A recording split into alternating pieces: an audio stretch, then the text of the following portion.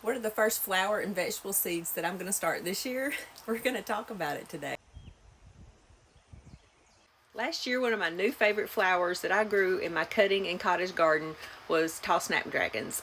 I grew the Potomac orange and they were absolutely out of this world. They blew me away. And a lot of people in my area in 8B, Northeast Texas, start theirs early in the fall and transplant them out.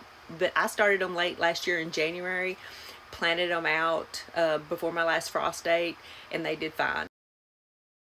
I saved so many seeds from my Potomac orange. This year I added some new colors. I added an ivory, a lavender, an apricot, and a silver. The Potomacs, once it got started, like I got so many blooms. Pinched them, really tall stems, and then they just kept making little baby side shoots all throughout the summer that I used in my bouquets. Poppies are another one that like cooler temperatures, and it tends to get pretty warm here by the end of May, 1st of June, and these won't be happy then.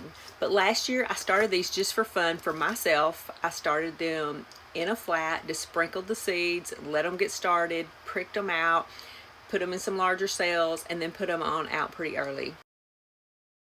This one right here was absolutely beautiful. This mix had a lot of white, the two-tone pinkish reds, and they were just really pretty in my garden. They brought all the bees to the garden. The bees would just bury their faces in these, and that was just really fun to watch.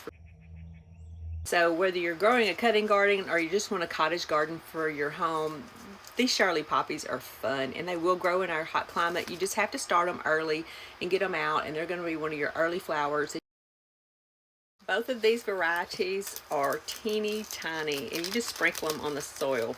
Now the snapdragons, because they do cost more and you don't get as many, they're about the size of a grain of sand. I just dropped my toothpick. Okay, wet your toothpick, touch your seed, take them by the toothpick and put 2 or 3 per cell, because you can always prick these out as well. I did last year. I didn't have very many last year, and I just sprinkled them, and then when they first came up and real tiny, I pricked them out basically with a toothpick and put them in individual cells.